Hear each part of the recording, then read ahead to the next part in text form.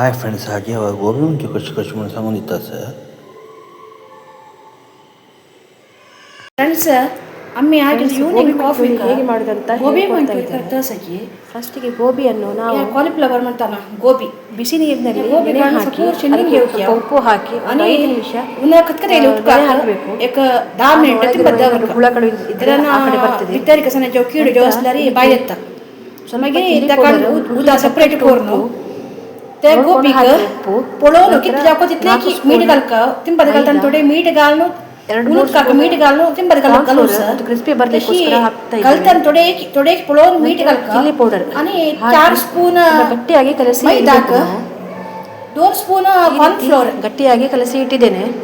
आणि मिरसांगे पिट्टी तुमका कितली तीक जागो तितले घालनु सुके काल्लोक हांव अशी सुके कालयला अशी सुके काल्लोनु एकानु डीप फ्राय करका तोळकात आता तोळूक ಕಾಯಿಲ್ದವರಲ್ಲ ನಂತರ ಡೀಪ್ ಫ್ರೈ ಕೊರ್ಕ ನಾವು ಕುರಿ ತೊಳ್ಕತ್ತ ಎಣ್ಣೆ ರೆಡಿ ಮಾಡಿ ಇಡಬೇಕು. ಆದಷ್ಟು ಕ್ರಿಸ್ಪಿಯಾಗಿ ಕುರ್ಕುರಿ ಬರುವ ಹಾಗೆ ಇದನ್ನು ಡೀಪ್ ಫ್ರೈ ಮಾಡಬೇಕು. ನಾನು 2 ಬ್ಯಾಚಲ್ಲಿ ಡೀಪ್ ಫ್ರೈ ಮಾಡಿದ್ದೇನೆ.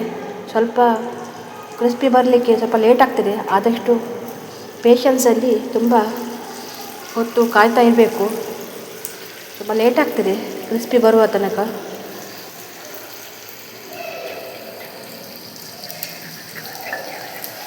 ನಂತರ ಇದನ್ನು ಫ್ರೆಂಡ್ಸ್ ಅಶಿ ಕುರ್ಕುರಿ ತೊಳ್ದವರ್ಕ ಗೋಬಿ ಕ್ರಿಸ್ಪಿ ಬರುವ ಹಾಗೆ ತೆಗೆದು ಇಟ್ಟಿದ್ದೇನೆ ನಾನು. ಡೀಪ್ ಫ್ರೈ ಕೊರ್ ನಂತರ ಇದಕ್ಕೆ ಗೋಬಿ ಮಂಚೂರಿ ಮಾಡೋದು ಹೇಗೆ ಅಂತ ಹೇಳ್ಕೊಡ್ತಾ ಇದ್ದೇನೆ.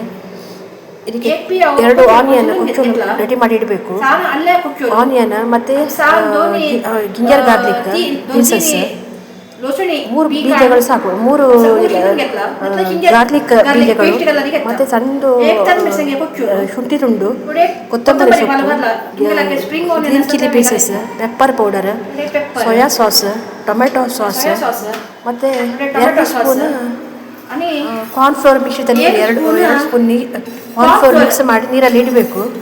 ಮಿಕ್ಸ್ ಕೊಂದವಲ್ಲ ಉತ್ಕಂತು ಥೋಡೆ ಪೊಳೋನ್ ಮೀಟ್ಗಾಕ ಥೋಡೆ ಪೊಳೋನ್ ಮೀಟ್ಗಾಲಾಗಲ್ಲ. ನಂತರ ನಾವು ಬಾಣಲೆಗೆ ಸ್ವಲ್ಪ ಎಣ್ಣೆ ಹಾಕಿ, ಜಾಸ್ತಿ ಹಾಕಬೇಡಿ, 1 ಸ್ಪೂನ್ ಸಾಕಾಗ್ತದೆ. ಇದರಲ್ಲಿ ಆನಿಯನ್ ಸ್ವಲ್ಪ ಕಲರ್ ಸ್ವಲ್ಪ ಚೇಂಜ್ ಆಗುವವರೆಗೆ ಫ್ರೈ ಮಾಡಬೇಕು. ನೋಡಿಕೊಂಡು ಇದಕ್ಕೆ ಉಪ್ಪು ಹಾಕಬೇಕಾಗ್ತದೆ. ಯಾಕೆಂದರೆ ನಾವು ಗೋಬಿ ಫ್ರೈ ಮಾಡುವಾಗ ಸ್ವಲ್ಪ ಉಪ್ಪು ಹಾಕಿದ್ದೇವೆ. ನೋಡ್ಕೊಂಡು ಉಪ್ಪು ಹಾಕಿ.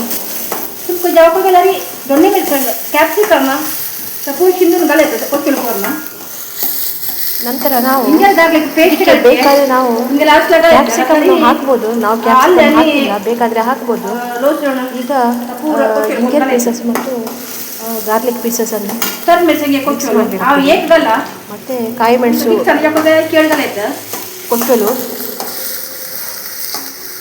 थोडेकी सॉल्ट थोडे घालतात पळून घालाकी अर्धा स्पून पुरो ರುಚಿಗೆ ತಕ್ಕಷ್ಟು ಈ ಉಪ್ಪು ಈಗ ಹಾಕ್ತಾ ಇದ್ದೇನೆ. ಗೋಬಿ ಫ್ರೈ करताना ನೋಡ್ಕೊಂಡು ಹಾಕಿ. ಸಾಲ್ಟ್ घालताना ಉಪ್ಪು ಜಾಸ್ತಿ ಆಗ್ಬೋದು. अर्धा स्पून पुरो ಜಾಸ್ತಿ घालायचं. ನಾವು आम्ही 2 ಸ್ಪೂನ್ ಅಲಾಗಿ ಇದನ್ನು ಚೆನ್ನಾಗಿ ಕಲಸಿ ಸೋಯಾ ಸಾಸ್ ಇದಕ್ಕೆ 2 ಸ್ಪೂನ್ ಸೋಯಾ ಸಾಸ್, 1 ಸ್ಪೂನ್ ಅಷ್ಟು ಟೊಮೆಟೊ ಸಾಸ್ ಹಾಕಿ ಚೆನ್ನಾಗಿ ಮಿಕ್ಸ್ ಮಾಡಿ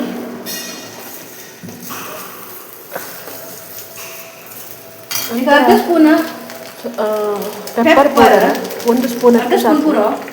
तीच चॉकलेट घालायचं चेडा ನಿಮಗೆ ಖಾರ ಬೇಕಾದ್ರೆ ಜಾಸ್ತಿ ಬೇಕಾದರೆ ಕಾಯಿ ಮೆಣಸು ಜಾಸ್ತಿ ಹಾಕ್ಬೋದು. ನಾನು ಒಂದೇ ಕಾಯಿ ಮೆಣಸು ಹಾಕಿದ್ದು. ಪೆಪ್ಪರ್ ಪೌಡರ್ ನಿಮಗೆ ಖಾರ ಬೇಕಾದರೆ ಜಾಸ್ತಿ ಹಾಕ್ಬೋದು. ನಂತರ ಕಾರ್ನ್ಫ್ಲೋರ್ ಮಿಶ್ರಿತ ನೀರನ್ನು ಮಿಕ್ಸ್ ಮಾಡಿ ಸ್ವಲ್ಪ ದಪ್ಪ ಆಗುವ ತನಕ, ಸ್ವಲ್ಪ ದಪ್ಪ ಹದಕ್ಕೆ ಬರುವವರೆಗೆ ನಾವು ಫ್ರೈ ಮಾಡಿ ಮಿಕ್ಸ್ ಮಾಡಬೇಕಾಗ್ತದೆ.